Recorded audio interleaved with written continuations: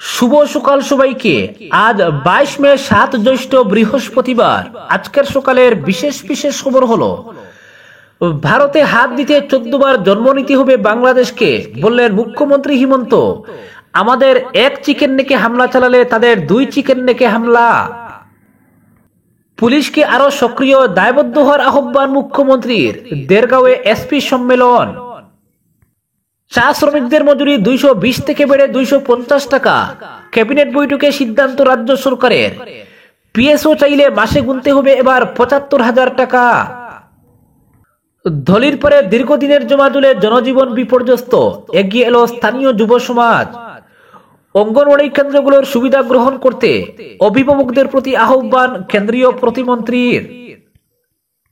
কংগ্রেসের নামে ভুয়ো প্রচার, অমিত মালব্য অর্ণব গোস্বামীর বিরুদ্ধে জামিন অযোগ্য দ্বারা এফআইআর। এবং সর্বশেষ খবরটি হলো, অপারেশন সিন্দুর নিয়ে প্রশ্ন তোলা অধ্যাপককে জামিন দিল শীর্ষ আদালত। এবারে শুনুন বিস্তারিত খবর। বাংলাদেশকে নিজের অকাত বুঝিয়ে দিলেন মুখ্যমন্ত্রী হিমন্ত বিশ্ব শর্মা। মোহাম্মদ ইউনূস সরকারের আমলে বাংলাদেশে মৌলবাদীদের দাপট অনেক বেড়েছে। সংখ্যালঘু হিন্দুদের পর হামলাই শুধু নয়, ভারতের দিকেও চোখ রাঙাচ্ছে মৌলবাদীরা। চিকেন নেক কেটে দিয়ে উত্তর পূর্বকে বিচ্ছিন্ন করার হুমকিও দেওয়া হচ্ছে। কিন্তু মুখ্যমন্ত্রীর দাবি, ভারত অনেক শক্তিশালী রাষ্ট্র, আমাদের চিকেন নেকে হাত দিতে গেলে 14 বার জন্ম নিতে হবে বাংলাদেশকে। বাংলাদেশের মৌলবাদীরা উত্তর পূর্বের রাজ্যগুলির সঙ্গে বিহার, উড়িষ্যা, পশ্চিমবঙ্গ নিয়ে নতুন ইসলামিস্তানের মানচিত্র প্রকাশ করেছে। তবে বাংলাদেশের মৌলবাদীদের তৎপরতা নিয়ে মোটেই উদ্বিগ্ন নন মুখ্যমন্ত্রী হিমন্ত বিশ্ব শর্মা।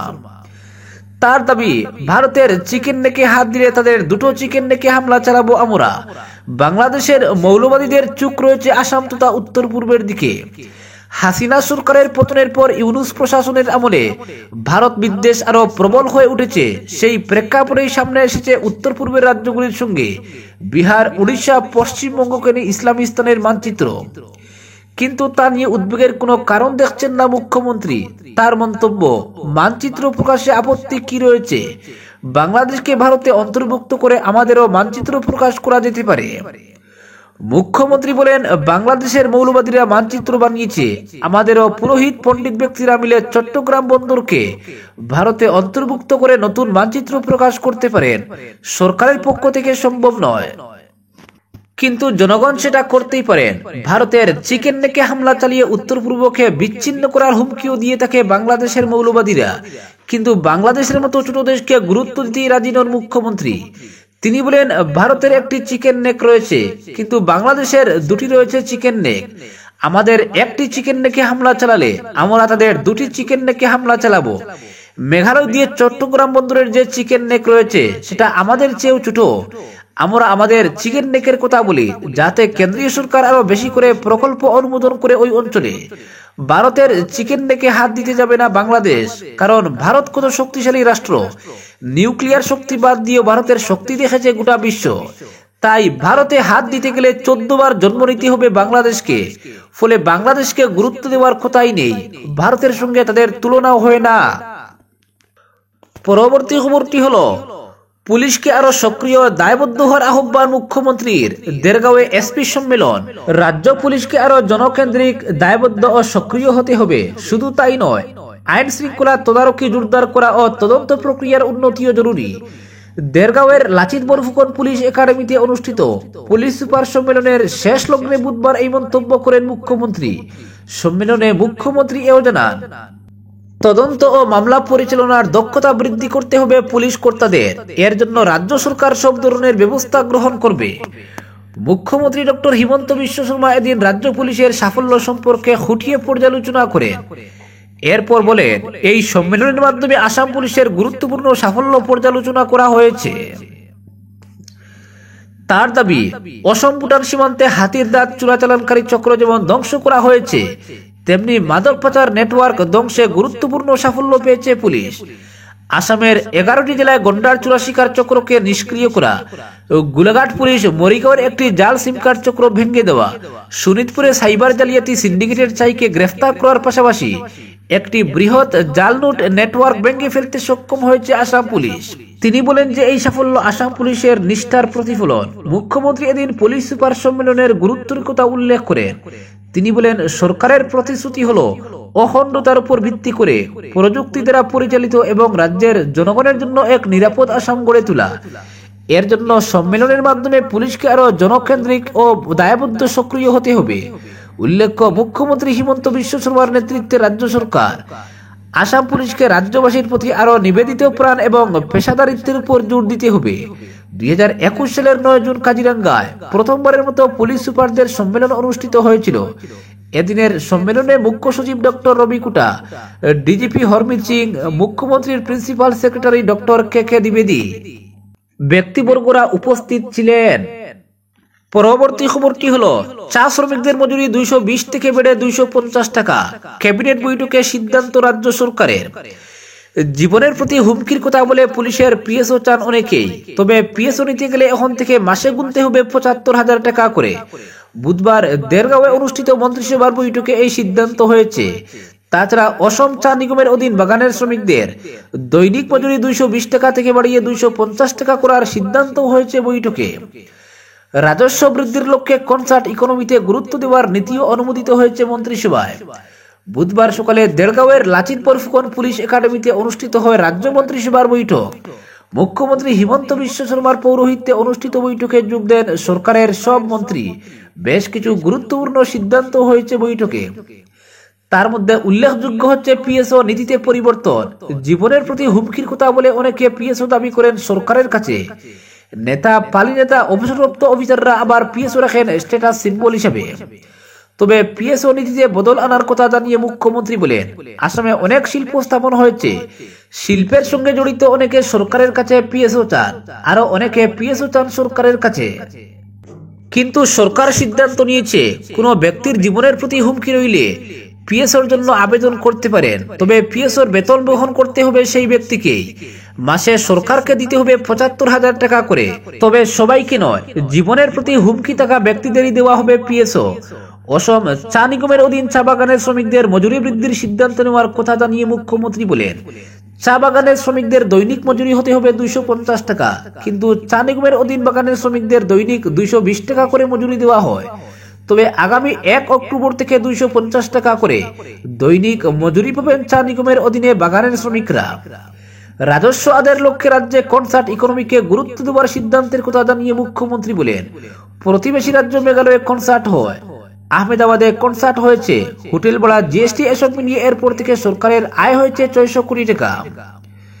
তাই আসামেও কনসার্ট ইকোনমির নীতি অনুমোদিত হয়েছে মন্ত্রিসভায়। কনসার্টের জন্য 3টি স্থানকে চিহ্নিত করা হয়েছে। গুয়াহাটি ছাড়া ডিব্রুগড়, যোরহাটে হবে কনসার্টের ভেন্যু। আগামী 8 ডিসেম্বর আমেরিকার রক ব্র্যান্ড পোস্ট মেলানির শো হবে গুয়াহাটিতে, জানিয়েছেন মুখ্যমন্ত্রী। তাছাড়া মন্ত্রিসভায় সৌরশক্তি উৎপাদন প্রসার নীতিও গৃহীত হয়েছে। নুমলিগড় সুদনগরে 26% অংশীদারিত্ব নিয়েছে রাজ্য সরকার। বিনিয়োগের শেয়ারের শেষ কিস্তি হিসেবে 205 কোটি টাকা মঞ্জুরেও অনুমোদন দিয়েছে মন্ত্রিসভা। কাজিরাঙ্গা অভয়ারণ্যে 6ষ্ঠ সংযোজনও আজ চূড়ান্ত করেছে মন্ত্রিসভা। এতদিন ধরে এক অস্থায়ী নোটিফিকেশনের ভিত্তিতে চলছিল 6ষ্ঠ সংযোজন। এবার বিশ্বনাথ ও কলিয়াবর এলাকার স্থানীয় কিছু গ্রামের জমি সংক্রান্ত সমস্যা মিটিয়ে চূড়ান্ত নোটিফিকেশন জারি করেছে সরকার। 6ষ্ঠ সংযোজনের মাধ্যমে 47,291 হেক্টর জমি অন্তর্ভুক্ত হচ্ছে কাজিরাঙ্গা অভয়ারণ্যে। তাছাড়া ডিব্রুগড়ে আসামের সর্ববৃহৎ স্টেডিয়াম নির্মাণের জন্য মন্ত্রিসভার বৈঠকে 209 কোটি টাকা মঞ্জুরেও অনুমোদন দেওয়া হয়েছে।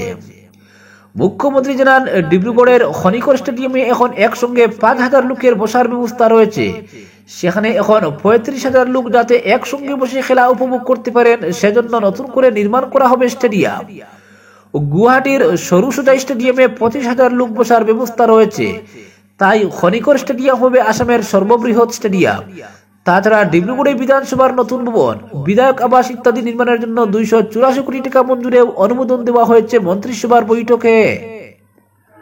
পরবর্তী খবরটি হলো, কেন্দ্রীয় জল শক্তি প্রতিমন্ত্রী ডক্টর রাজভূষণ চৌধুরী অঙ্গনওয়াড়ি কেন্দ্রগুলোতে উপলব্ধ সরকারি পরিষেবাগুলোর সুযোগ সুবিধা গ্রহণ করতে অভিভাবকদের প্রতি আহ্বান জানিয়েছেন। হাইলাকান্দি সফররত কেন্দ্রীয় প্রতিমন্ত্রী বুধবার আলগাপুর উন্নয়ন খণ্ডের অধীন কাপনার পরে 90 নং মডেল অঙ্গনওয়াড়ি কেন্দ্রের নতুন ভবন উদ্বোধন করে অভিভাবকদের প্রতি ভাষণ প্রসঙ্গে এই আবেদন জানান।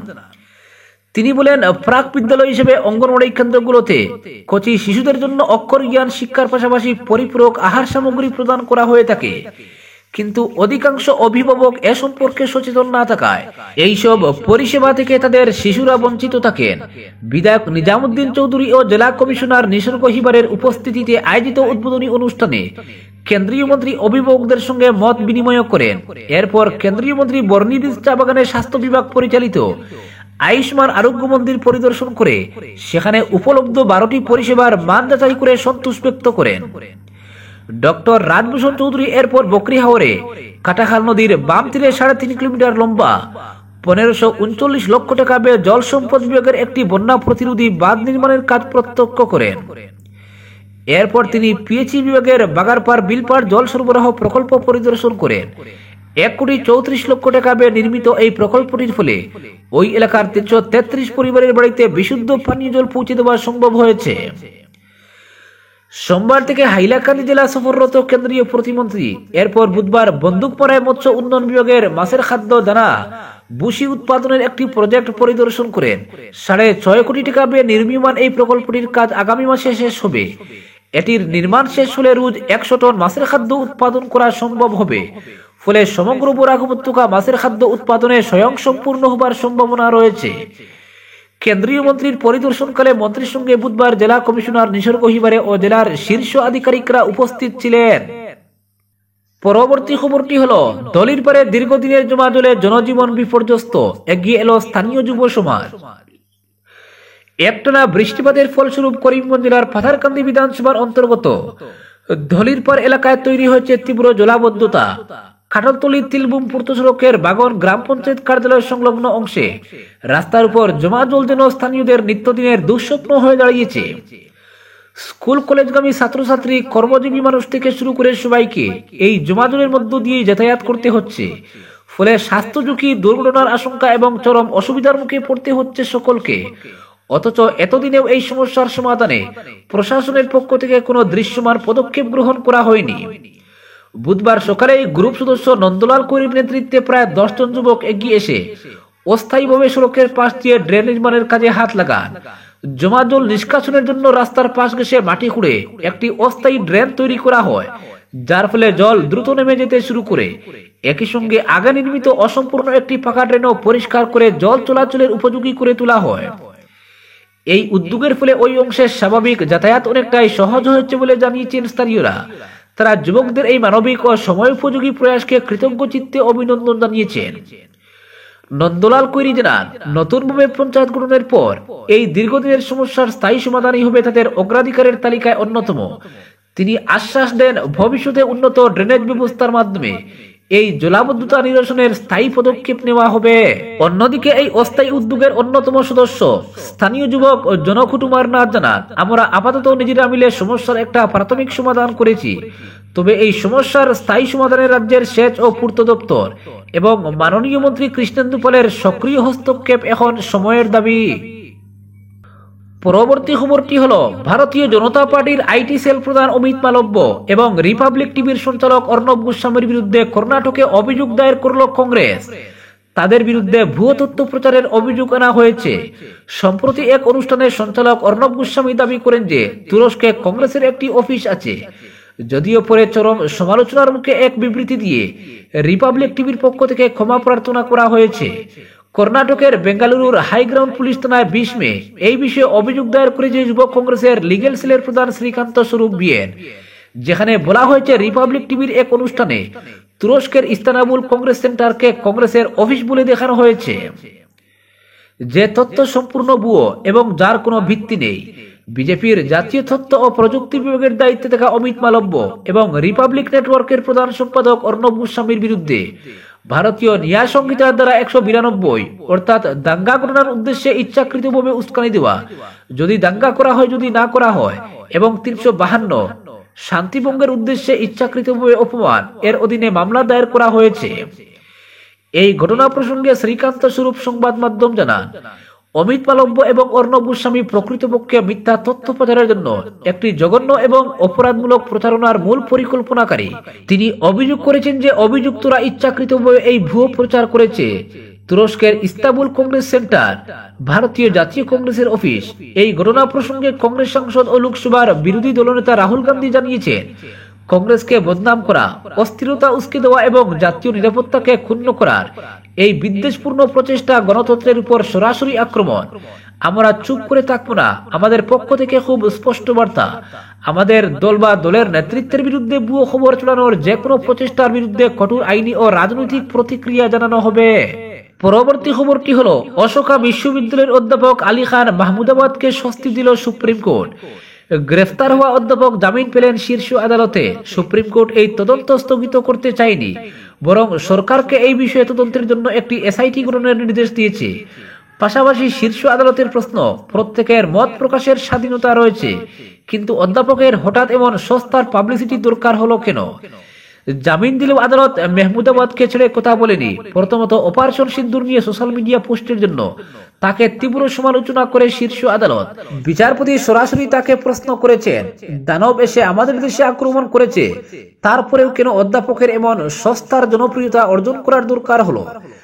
অশোকা বিশ্ববিদ্যালয়ের রাষ্ট্রবিজ্ঞান বিভাগের সহকারী অধ্যাপক এবং প্রধান অধ্যাপক মাহমুদাবাদকে গত সপ্তাহে অপারেশন সিন্দুর নিয়ে একটি সোশ্যাল মিডিয়া পোস্টের জন্য গ্রেফতার করা হয়েছিল।